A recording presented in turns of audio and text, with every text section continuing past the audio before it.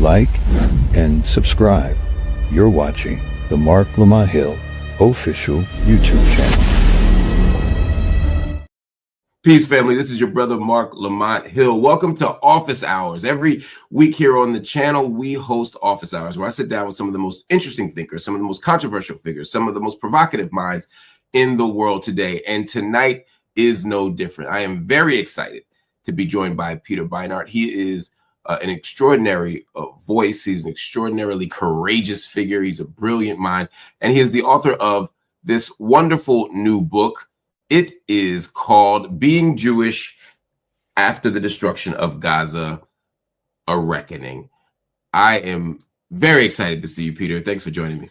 It's my pleasure. Really nice to be with you. So one of my favorite book questions to ask authors is a very simple one, which is why this book, why now? I have a sense of the why now because of Gaza, but talk to me about why it was important for you to write this book at this juncture in history. Yeah, it's a good question. I think one could legitimately say, like, why write a book about being Jewish in this moment when the people who are suffering, I mean, Israeli Jews are suffering too, of course, but the people who are suffering exponentially more are Palestinians in Gaza. And as you know really well, Palestinians often don't really have what Edward Said called permission to narrate. Like, they're not really front and center. They're generally often really excluded from American public conversation, whereas Jews like myself often have a lot more access and people think a lot more about our feelings and our identity. But the reason that I wrote this book was because I feel like, given how I am positioned, this was the book that I needed to write, speaking to my own community, that if there's going to be liberation for the Palestinian people, which I really also genuinely believe is liberation for the Jewish people, then things in our community as Jews need to change.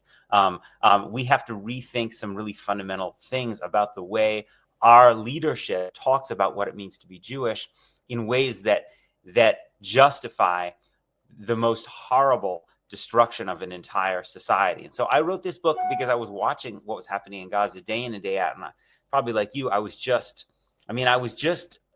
every day horrified. I mean, every day more horrified by the next. And I kind of went through the institutions of my life as an observant Jew surrounded by Jewish institutions. And I just saw people justifying these things. You know, sometimes they would say, oh, it's too bad, it's unfortunate, but, you know, the Palestinians brought it on themselves, or, you know, it's Hamas's fault, or this kind of thing. But I just felt like these talking points were keeping people from actually seeing what was happening or feeling the impact of this horror that was being done with American weapons in our name as Jews. And I wanted to speak to those people and say, we need to rethink some pretty fundamental things here in the wake of this catastrophe. In the prologue of the book, you say something that I think is interesting, and you lay it out quite beautifully, beginning with this sort of reflection. But you say, this book is about the story Jews tell ourselves to block out the screams. It's about the story that enables our leaders, our families, and our friends to watch the destruction of the Gaza Strip, the flattening of universities, the people forced to make bread from hay, the children freezing to death under buildings turned to rubble by a state that speaks in our name and shrug, if not applaud. One more thing, you say it's about the story that convinces even Jews who are genuinely pained by Gaza's agony that there's no other way to keep us safe. It's our version of a story told in many variations by many people in many places who decide that protecting themselves requires subjugating others. That equality is tantamount to death. That equality is tantamount to death. What is the story that gets you to that place? Help us understand that. Yeah, it's interesting. You know, I think there was, in earlier eras of history, again, these are huge generalizations, there was a traditional Jewish story which had to do with the Jewish people's relationship to God, and that when bad things befell Jews, it was because of sin, right? And so the answer was that to repent, and this was a traditional way of. Now, this notion is very, very difficult for modern people to quite assimilate. It's certainly when thinks about, you know, if one thinks about horrors like pogroms and the Holocaust, that to think in terms of sin and God's punishment is very, very alien, and I think from the way many of us think. But what has replaced it is a story that I think is also, in its own way, become extremely problematic, which is to say a more secular story in which Jews are somehow fated by history to be history's permanent righteous victims. Now, obviously, Jews have been victims in really, really horrifying ways. But the truth is that human beings, all human beings, have the capacity to be victims and victimizers, right? And in fact, there's nothing about having a historical story of being a victim that means you can't turn around and be a victimizer. In fact, we see often tragically within families and other cases that oftentimes people do exactly that, right? Their trauma leads them to do bad things to other people. And so what happens in the mainstream Jewish community, a lot of the way that Israel-Palestine is talked about is it gets put in this template of the historical oppression of Jews. And there's even a kind of a religious template for this as well. You see figures like Amalek, this idea that there's a kind of oppressor that reincarnates in every generation to oppress the Jewish people. And so when October 7th happens, and I want to make it clear, I think October 7th was horrible. I fundamentally oppose the targeting of civilians for any cause. But when October 7th happens, people say it's the pogrom. It's the worst killing of Jews since the Holocaust, to kind of link it to this experience. But the condition of Jews in Europe when pogroms are happening in the Russian Empire or the Holocaust is fundamentally different, because you can't understand those acts of violence against Jews, mass violence, without understanding that Jews are legally subjugated. Jews are the other in Europe. And to project that onto Israel-Palestine completely misunderstands the reality, right? The reality in Israel-Palestine is Jews have legal supremacy. They have citizenship everywhere between the river and the sea, free movement, due process, whereas most Palestinians are not even citizens of the state in which they live. And then a minority of them are kind of second-class citizens. And so if you project this template of permanent Jewish victimhood on the Israeli-Palestinian conflict, you completely dehumanize Palestinians, because basically what they just become is the reincarnation of the historical evil or oppressors that Jews face.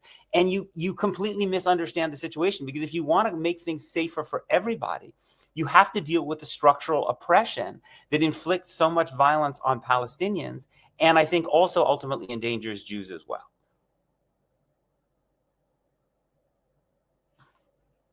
Mark, I'm not hearing you. No. What is the relationship between this position and the increased kind of secularism that we see? You know, you talk about Amalek. We could think about the story of Esther, Yes. or the Book of Esther, Yes. Which you talk about in the book, of Right. course. Right. These are stories that are often appealed to make sense of reality, Yes. both in history, but also to make sense of the reality now. To Yes. say that Yes. there's a long tradition of us being, Yes. as you said, victims. There's a long tradition Yes. of us being hunted and hated and despised, and Yes. etc. And all of it is true. Right. As things become increasingly secular, do the religious texts get replaced by some other argument, or are the religious texts still appealed to in a different way? I think it's a really interesting question that I'm still trying to make sense of myself. I think what has happened is that a kind of a nationalist story has kind of in some ways eclipsed or swallowed a religious story. Or now the religious stories, of course, is always complex. Any great religion has multiple voices, right? But I think that the Jewish tradition has a story of a metaphor of Jews as a family, in which we have obligations to one another. But that story is not exactly the same as, I think, a modern nationalist story, because the notion is always that the relationship between this family is a relationship with God. And so the obligations that one has to one another are not exactly the same as we think about as nationalists, because the question is always, how is that behavior that one is doing living up to a set of commandments that are obligated by God? It's not a secular nationalist story. And then, of course, there's also a universal story, because Judaism is not just the story of a family that becomes a people. It's also a universal story. The first people in Torah, Adam, Eve, Noah, are not Jews. They're universal human beings. But I think what's happened is that with Zionism, a nationalist story has kind of eclipsed that. And so the idea is that we have obligations to one another, solidarity. It's eclipsed the sense of kind of the universalism of Jewish tradition, and it's kind of eclipsed our notion of a set of obligations that we have. And so what happens in thinking is that, this is something I write about at the end of the book, there's a way in which the state of Israel becomes an end in and of itself, rather than an entity that has to be judged based on how it treats the human beings under its control, and that ultimately there is a kind of a law that exists above states, originally a religious law. Now, in a more secular, we can think about kind of international, other kinds of norms, but the state becomes an end in of itself. And I sometimes wonder whether there might be a parallel happening in some Christian circles too, when I look at white evangelical Christians, because, I mean, I'm not an expert. You know a lot more about Christianity than me, but Christianity also has a universal message about all human beings that crosses states and borders. And when I look at evangelical Christianity, white evangelical Christianity under Trump, I think these people essentially think that if you don't have the right citizenship papers, you are worth nothing, right?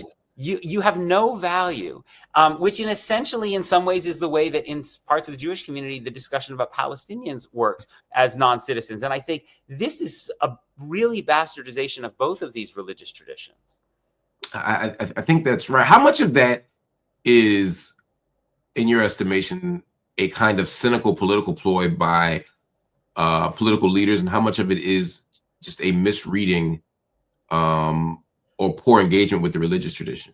I mean, I think it's a combination of both. I mean, I think that, it's interesting. Zionism was, as you know, really a mostly secular movement that a lot of religious authorities were very afraid of. They thought it violated religious law. There was also a sense that its secular nationalism would lose the kind of ethical element in Judaism. And I think then what happens after the Holocaust is that, especially after 1967, a story emerges in the United States and among Jews in the United States, but really all over the world, that essentially Israel is the protection against another Holocaust. And there's a very thing really kind of odd about that, right? Because all over, in many large diaspora communities, Jews are thriving because the countries are moving to some degree towards equality under the law, right? Civil rights movement in the United States is one of the best things that ever happened to American Jews, because in some ways it made America a more legally equal society, and Jews benefited tremendously. And yet the very Jews in the United States or in Australia or Britain or whatever were benefiting from equality under the law, putting our own safety,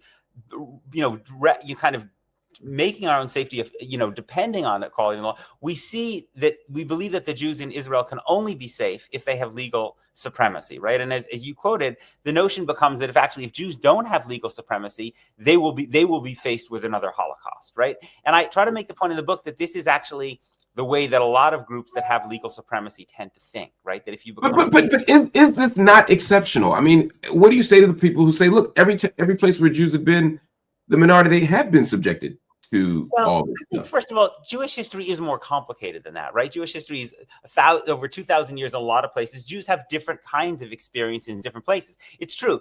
In most places that Jews have lived, Jews don't have what we would consider modern rights. But then again, in most of those places, nobody did, right? Because the kind of what we think was modern liberal democracy, that didn't exist in medieval Europe for the Christians either, right? It didn't exist in the Ottoman Middle East for Muslims or Christians in those places either. In some ways it's, look, I think that the way I read, I think it's dangerous to have a kind of a reductive eternalist notion of how the Jewish experience plays out. I think the important thing is to kind of look at the conditions as best as we can understand them in Israel, Palestine. The way I look at them, this may seem really simplistic, is that basically a whole group of people are basically denied their rights, which means that the state inflicts huge violence on them, because states are violent entities. The only thing that keeps them from being predatory is if you have some rights over vis-a-vis them, if they are accountable to you. If they're totally not accountable to you, it doesn't matter if it's a Jewish state, Hindu state, Sikh state, whatever, the state's going to prey on you, right? And that's what happens for Palestinians. And that system, then people are going to resist that violence. And especially when you shut down nonviolent methods of resistance, which Israel and the United States have done really pretty effectively in recent decades, you're making it very likely that people are going to resist with acts of violence, and therefore you're going to be in more danger. Which is, I remember I had a conversation with a Palestinian guy from the West Bank, and he was traveling through a Jewish suburb of Atlanta. He saw a bunch of Orthodox Jews walking down the street in Atlanta, and he said, it was amazing to me because they weren't carrying guns. Because he said, in the West Bank, I see these, religious Jews all the time. They're wearing guns. And then he thought to himself, why aren't they carrying guns in Atlanta? And he said, it's because they're not, I don't want to glorify Atlanta, but he's saying because they're not living cheek by jowl with a group of people who are living under military law, right? And who are being violently oppressed, and therefore they are afraid for their lives, right? And so to me, that's like a really basic insight. When you give people the right to participate in government and have a nonviolent mechanism for getting government to listen to them, the likelihood that they're going to use violence against you goes down.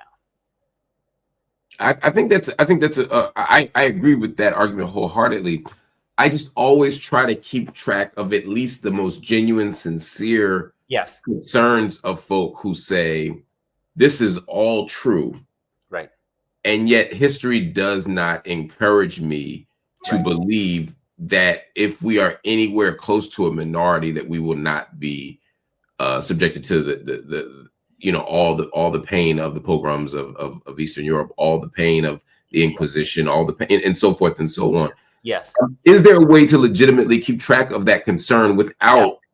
Look, I think I really appreciate and admire the fact that you want to take seriously and inhabit that mental space. I think that's an act of empathy that we should all do towards people whose views we disagree with. And yes, there are a lot of people really genuinely are sincere. Like people who I spend my life, with are not like don't believe this story because Benjamin Netanyahu has told them to, right? Right.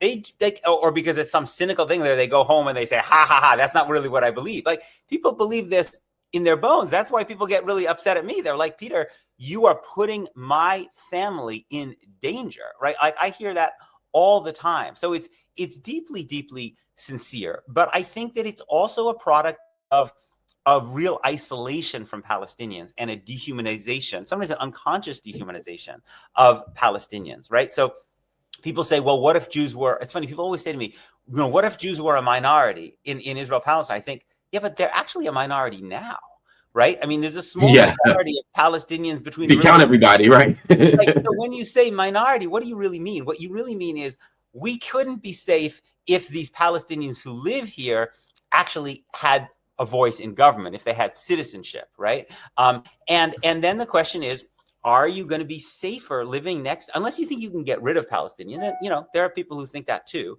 But are you going to be safer living next to Palestinians who have the right to vote and citizenship, or Palestinians who don't? And the question I ask Israelis or other Jews is, why is it that Israeli Jews who are terrified to go to interact with Palestinians in the West Bank and Gaza go into the operating table in Israel all the time and get treated by Palestinian doctors and nurses and pharmacists? Because as you know, a lot of the pharmacists and nurses and doctors in Israel are Palestinian citizens. They get called Arab Israelis, so somehow like there's some different group of people. They're just Palestinians who managed to stay on the right side of not get expelled in 1948, right? And people are not so afraid of them, right? And they put themselves in their hands in the most vulnerable moments. I think one of the reasons for that is that Palestinian citizens, even though they suffer very severe discrimination, they have some peaceful and lawful mechanism within the state to express themselves. Right. And that means that relationships between Israeli Jews and Palestinian citizens are less violent, and Israeli Jews feel safer. And they're improving generationally, they're improving to some extent. Yeah, right. It's complicated, right? Because we could have a situation where those Palestinian parties weren't allowed to run in the next election because, supposedly you're not supposed to run if you're not a Zionist party. But yeah, like even despite this discrimination, the fact that there's some element of free movement, the fact that there's some element of basically being able to go to university. If you go to the university in Gaza Strip, right? My friend Mohammed Shahada was just talking about this. He said, my friends in Gaza went to university, got really highly educated because, there's a tremendous emphasis on education in Palestinian society, including in Gaza. And he said, basically, despite all of their education, they couldn't get a job. They had no economic opportunities, like 70% unemployment for college graduates. Whereas if you're a Palestinian citizen, despite all this discrimination, right, if you work really hard, you go to medical school, you become a pharmacist, like you can actually live, right? To some degree. And those are the people that you want to be living. That's a safer condition, right? How much more violent would the American South be if we had not had the Voting Rights Act in 1965, right? So to me, like that's the argument that I make to other Jews. I want to talk about this idea of Jewishness in relationship to the Israeli state. I think about an article that was somewhat controversial to some people. It was written by my friend Mohammed El-Cord, who has a book coming out very, very soon. In fact, we'll be talking to him here soon about it. And the article was called "Jewish Settlers Stole My House. It's Not My Fault. They're Jewish." Right. Provocative title, to be sure. Right.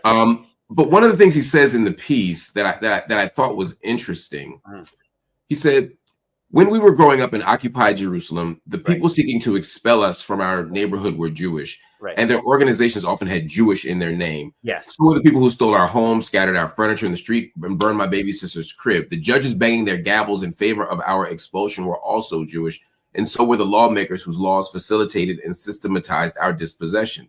The bureaucratic issuing and sometimes revoking our blue ID cards was a Jew," and he goes on and on and on. There is, and one more thing, he said, "This was no secret. We lived under the rule of the self-proclaimed Jewish state. Israeli politicians have exhausted this line, and their international peers nodded along. The army declared itself a Jewish army and marched under what has been called a Jewish flag. Jerusalem city councilmen boasted taking house after house because the Bible says this country belongs to the Jewish people," etc., etc. So I was struck by that article, and it gave language to me for something that I was struggling to articulate, right? Which is that Zionism's commitment to sort of mingling Israeli statehood, Israeli statecraft, with Jewish identity, equating Jewishness with Zionism and Zionism with Israel, is problematic for lots of reasons, but not the least of which it encourages. It seems like it foments the very thing that we're then. Yes. Yes. Talk to me about how as a Jewish person, you reckon with this. Right. It's really, really important to make a clear distinction between Israel as a state, Zionism, which has become the ideology of that state, right? And then Judaism, which is a religious tradition that goes back a long time, that is practiced in a lot of different ways, and individual Jewish people who might have a whole different series of relationships with that state, right? And so, and I think this is something that great liberation movements have done in the past, right? That to make a distinction between, Nelson Mandela was actually looked for opportunities. It was really interesting. He was influenced, I think, by his relationship with Bram Fischer in this. He looked for opportunities to say to Afrikaners, I don't see this state, even though the state is run by you and speaks in your name, I don't see you as equivalent of this state, right? I want to be open to the idea that you can have a different understanding of what it means to be an Afrikaner than supporting apartheid, even though the vast majority of Afrikaners supported apartheid and ran that system. And so I think it's really, really important to keep these things two separate. And I think there is a long tradition in Palestinian thinking of doing exactly that. And it's also important because, this can lead to anti-Semitism, right? That most anti-Semitism is probably coming from the right, but there clearly are people who are really angry at Israel. They conflate Israel and Jews. And then, because we see academic studies that when Israel's killing a lot of Palestinians, reported anti-Semitic incidents go up. And I'm not talking about fake anti-Semitic incidents where someone says, like, Israel's an apartheid state. I'm talking about, like, harassing or beating up a Jewish person because they have a kippah on or something like that. That happens. And so, but the problem, and I think this is what you're getting at in your question, is if you want to combat that, the Jewish community also has to make this distinction, right? If we want other people to make this distinction, people who are anti-Zionist, don't like Israel, the Jewish community has to do that as well, right? But the organized American Jewish community often doesn't do that. It does the opposite. It says to be a Zionist, to support Israel, is inherent in being Jewish, right? Which is a very dangerous thing. I think first of all, it makes no sense, right? Because Judaism exists long before Zionism, and there've always been Jewish critics of Zionism, but it also puts you in danger. To me, it's like other groups have this situation too, right? People get upset at the People's Republic of China, and then they attack some Chinese American or Asian American person because they blame that, right? But like, can you imagine how insane it would be for Chinese American organizations to say, to be Chinese American, is it to inherently support the People's Republic of China? First, it's wrong. And secondly, it puts yourself in danger, right? So this distinction is really, really important to make. And it's one of the things that I find so disturbing and frustrating, that people oftentimes don't make that distinction in Jewish leadership. And then the burden is placed on the people who are on the other side of this. Right. Mohammed Al-Kurd said, we were instructed to ignore the Star of David on the Israeli flag and to distinguish Jews from Zionists with surgical precision. It didn't matter that their boots were on our necks and that their bullets and batons bruised us. It's not an argument for anti-Semitism. Obviously, it's an argument to say, hey, these things are getting conflated by the state, right, in ways that might be intentional and cynical at times. Yes, absolutely. Certainly by Netanyahu. Right, and you're right, and yet it's still important for people to make that distinction. I mean, for sure, because the Israeli, because if you take it, if you don't, and I'm not saying that this is what he's saying, but if you don't think you need to conflate, first of all, there are a lot of people on the right, on the far right, anti-Zionist, anti-Semites on the right, like the David Dukes of the world, right, who actually don't make that distinction at all, right? Their anti-Zionism really is all wrapped up in hostility to Jews. It's anti-Semitic, yeah. Right. And the truth is that the Israeli state uses most of the most important symbols in Judaism. The flag is designed to look like a talit, the Jewish prayer shawl. It uses the menorah. It uses the Star of David. So if you're not willing to make that distinction, then you're going to see all kinds of Jewish symbols all over the place in the United States, anywhere they're Jews, right? And if you only see those as Zionist symbols, right, and you think you want to go, someone's put up a menorah for Hanukkah and you think it's a good idea to write Free Palestine on them, you've made a fundamental mistake, right? Because you're then actually doing exactly the same thing the Israeli state is doing, which is to say that this religious symbol is also a symbol of the state of Israel, when it's not. And in fact, in this case, it's not being used that way. Absolutely. So how do we get to a place where we can do better collectively, right, in making those distinctions, particularly from your perspective, to think about what it means reckoning with this idea of being Jewish at this juncture in history? How do you do that?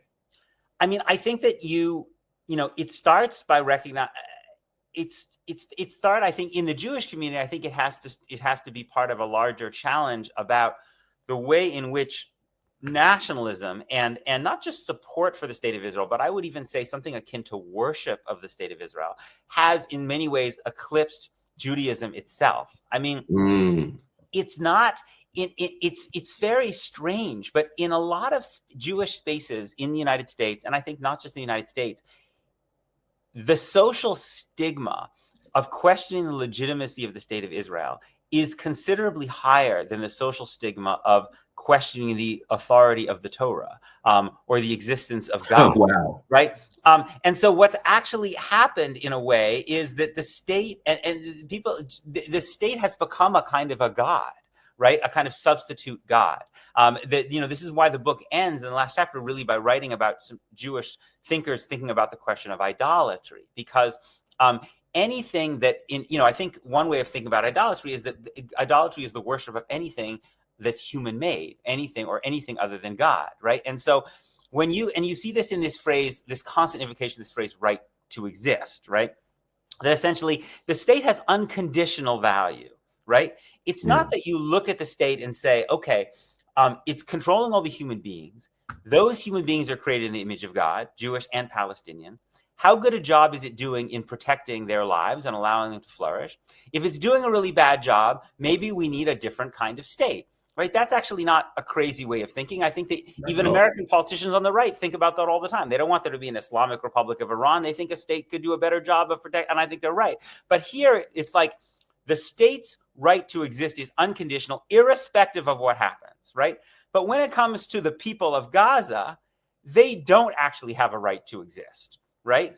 The state has the right to, and I think that's a process of idolatry, which unfortunately I think has become quite pervasive in a lot of organized Jewish spaces. How do you think about this other Jewish value that, and you touch on this in the text around sort of saying, I forget exactly how you quoted it, but I think it was a piece from the Talmud that talked about this idea of one person basically not being greater than another based on who their father is. This idea. Right. Yes. Yeah. Yes. Right. I mean, this is what makes Judaism, I think, interesting and a little different than Christianity and Islam, is that it does have this notion of this metaphor of family. In the Genesis, you have this story of this family that then in Exodus becomes this people, Am Yisrael, but it's still imagined as the kind of a family that Bnei Yisrael, the children of Israel. Israel is the name that Jacob is given after he wrestles with the angel. But it's really important to remember that that's just one voice. The other voice is, as exists in all great religious traditions, a voice about the universal dignity of human beings, right? That there's that the human beings who begin the story of Torah are not Jews. They are members of no race, right? And then the Talmud, or people, or nation, and the Talmud says that this is not accidental. That if there were that God created one human being, so that all human beings would be descended from the same creator. So nobody would be able to say, I am of a fundamentally kind of different species than you are. We're all from basically this one creator, and therefore all of us are invested with this kind of infinite dignity. The Talmud also says that basically, if you take a life, you're destroying all of the potential progenitors of that person, and therefore the value of the person you've killed is essentially infinite, because it can exist forever. So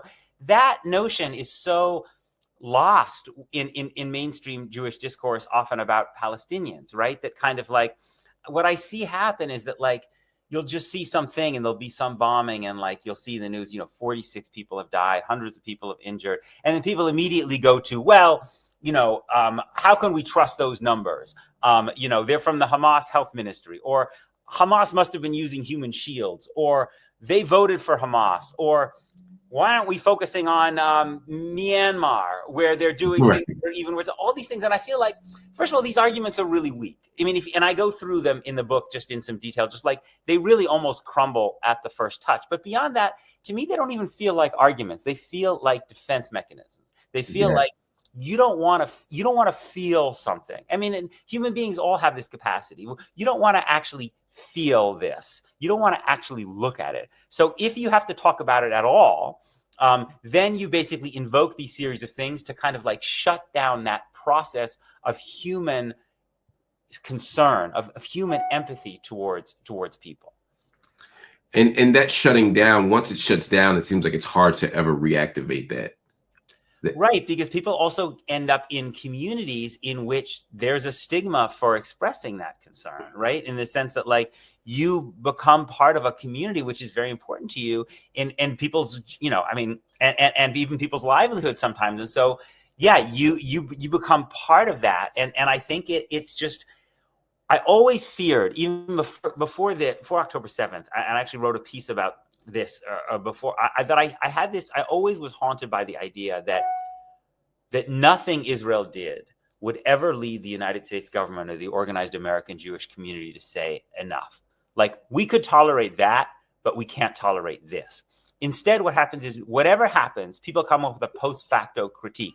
And I think this is what we're going to see if, God forbid, Donald Trump succeeds in getting Egypt to open that border. And so there's a mass act of ethnic cleansing beyond the kind of smaller degree of ethnic cleansing happening. Just for the audience's benefit, Donald Trump has sort of publicly asked bordering countries, Egypt, Jordan, etc., to take in Palestinians from Gaza, and as openly said, we'd like to get this place. I know, it's so fucked up. He's like, wow, things are really bad there. You need to take those people, as opposed to like, well, why did we send them the weapons to make it like that in the first place? Maybe we should stop that. Or beyond that, if you need to leave, if they have to leave Gaza, maybe they should go back to the places their families are from, which are in Israel, right? Instead, he's like, what? Because I've already heard this. I know what's going to happen. People are going to say, this is a humanitarian act. Gaza is so terrible. Thank goodness that we're giving them the opportunity to go somewhere else. In fact, isn't Israel really virtuous that instead of that they're letting all those people go to live in a better place, right? And this is the horror of it. This is the way whatever happens gets justified, because there's no independent moral standard against which you can critique this state. And again, that's what I think constitutes idolatry. The state justifies itself no matter what it does. Oof, that's tough. Talk to me about, just to change gears a bit, the new anti-Semitism. What is the new anti-Semitism? Sure. So in the middle of the 20th century, the conventional view in organized Jewish life was that anti-Semitism was more a feature of the right. There was a linking, people thought about figures like the Tsar, and then they thought about fascist movements, and then the Jewish community in the United States, when they saw segregationists and McCarthy, they said these are the forces of reaction, of authoritarianism against the forces of progress, and there was also a tendency to describe anti-Semitism as a bigotry that had a lot in common with other forms of bigotry.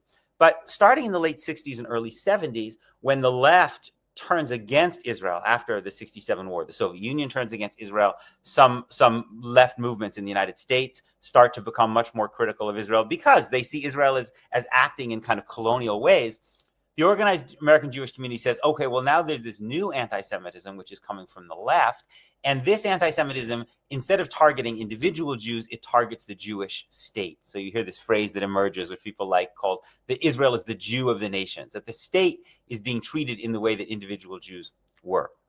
Now, it's not 100%, it's not wrong to say that there is and has been left-wing anti-Semitism. The Soviet Union, if you look at their discourse when they turn against Israel, they do use anti-Semitic discourse sometimes in their critiques of Israel. And even today, you can see this. People will have sometimes conspiracy theories where they basically think Israel is responsible for COVID or for bringing down the global economy or some kind of nonsense. Classic anti-Semitic sort of. Yeah, and it gets kind of mapped on to Israel, right?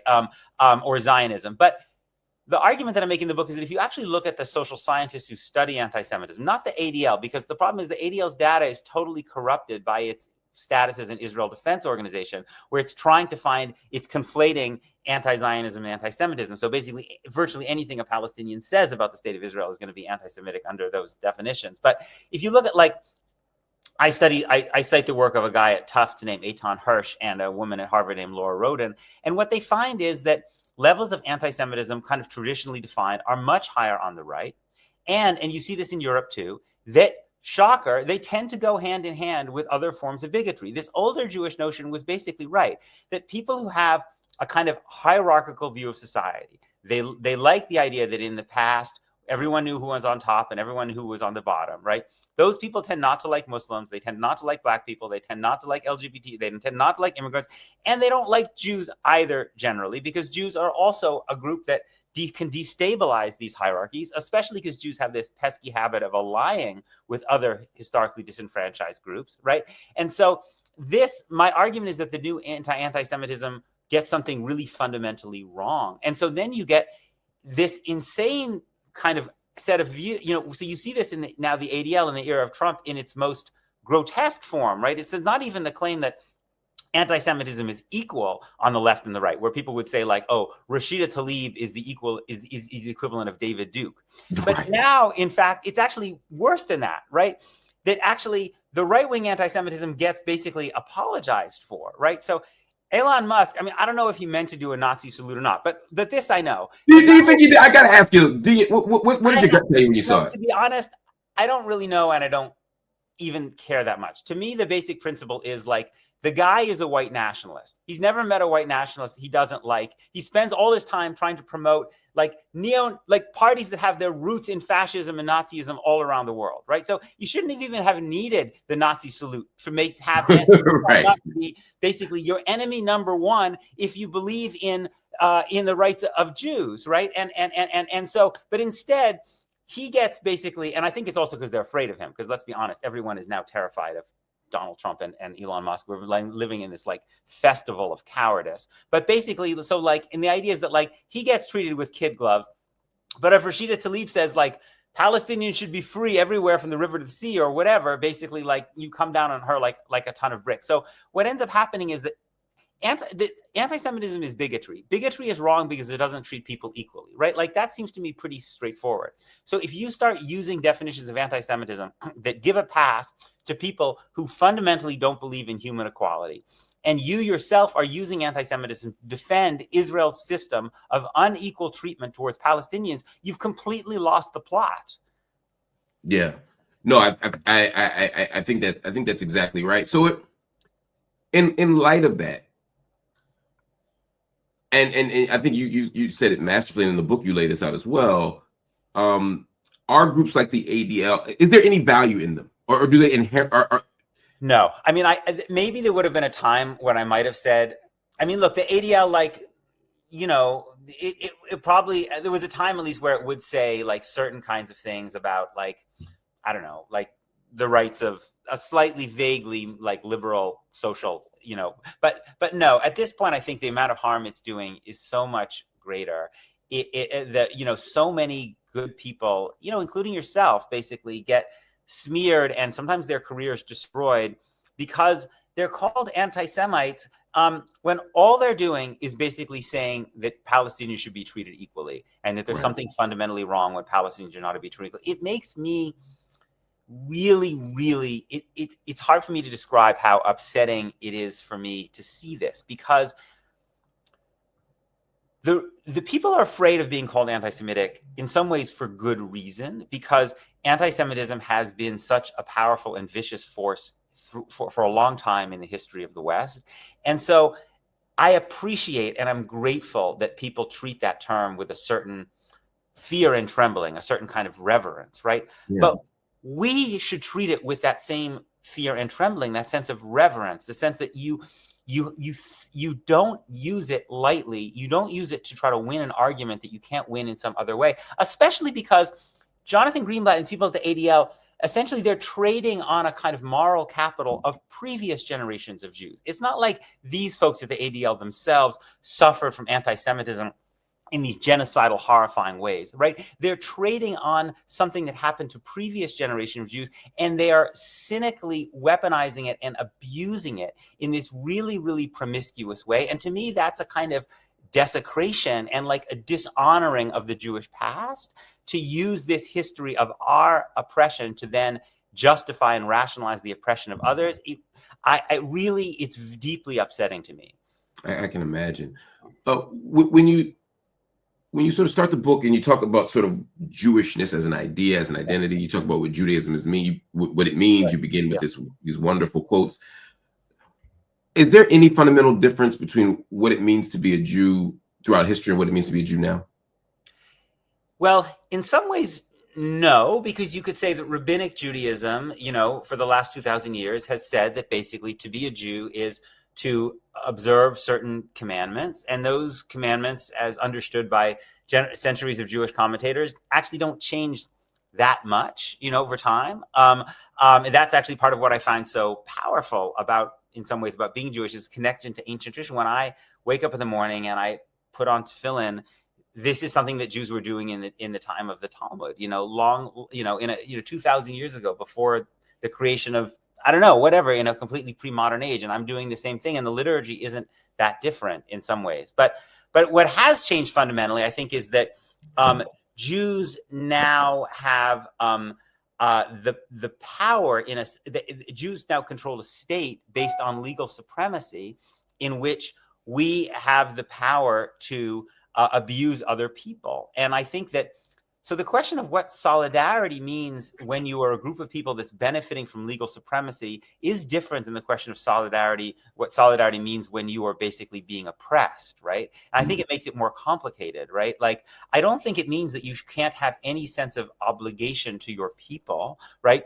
If you are a Protestant in Northern Ireland or an Afrikaner in South Africa, you can still feel an important sense of connection to your people and your tradition, but you also have to be a critic. You have to be a critic of that abuse of power. And if the solidarity eclipses your moral obligation to stand up for the rights of people, then I think something has gone wrong.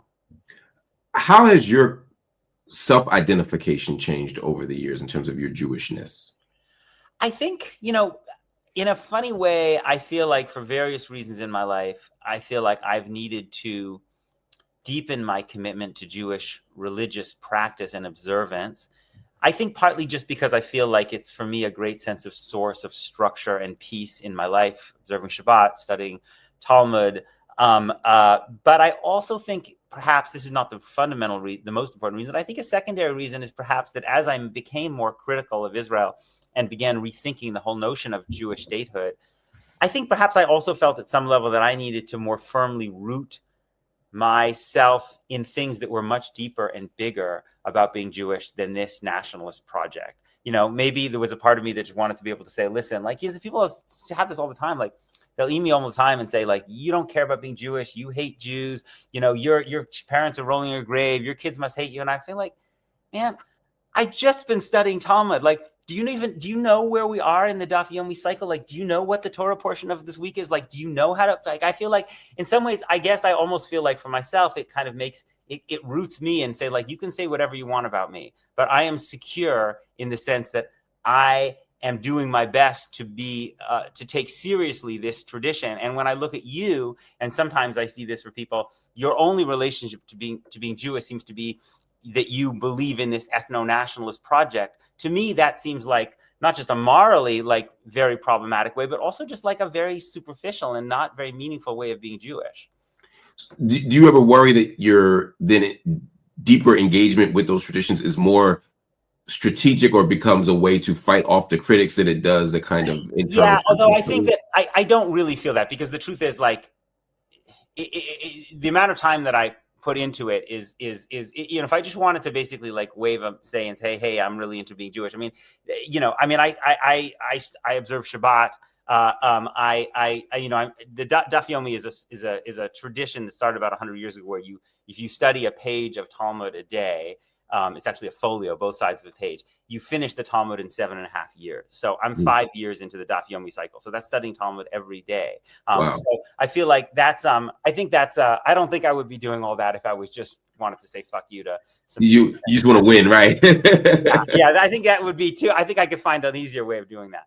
I think that's right. But before you guys, just one more thing, help me think about solutions. And I know I know they're big picture solutions. Yeah.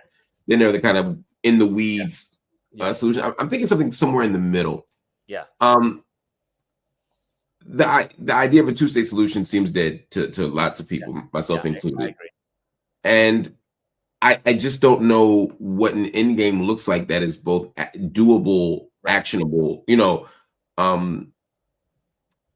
I just don't know. I struggle these days. I struggle too. I don't think we have the capacity to answer that question.